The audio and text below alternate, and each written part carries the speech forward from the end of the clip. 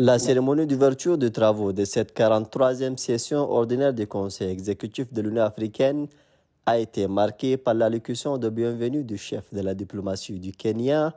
puis les interventions successives de la vice-présidente de la Commission de l'Union africaine, de l'ancien ministre d'État conseiller de la Cour royale du Royaume d'Arabie saoudite en charge de l'Afrique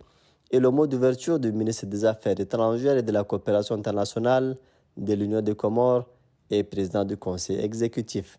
Pendant des jours, les ministres des Affaires étrangères ou les représentants délibéreront sur les différents points inscrits à l'ordre du jour, dont, entre autres, l'examen du rapport de la 46e session ordinaire du comité des représentants permanents, l'examen du rapport sur la mise en œuvre de la zone de libre-échange continentale, l'examen de la note conceptuelle et de la feuille de route du thème de l'année 2024 de l'Union africaine sur l'éducation et l'examen des rapports des comités du Conseil exécutif et du comité ad hoc. Le Conseil procédera également à l'élection ou nomination de plusieurs candidats à des postes au sein des différents organes de l'Union africaine. La Tchadienne Marthe Dorkagoum est candidate pour un deuxième mandat au titre des membres du Conseil consultatif de l'Union africaine sur la lutte contre la corruption.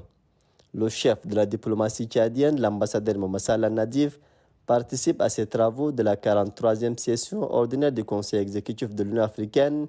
à la tête d'une délégation composée de l'ambassadeur du Tchad à Addis Abeba, du secrétaire général du ministère des Affaires étrangères, du directeur général en charge de l'Afrique du ministère, du conseiller économique de l'ambassade du Tchad en Éthiopie, ainsi que de ses proches collaborateurs.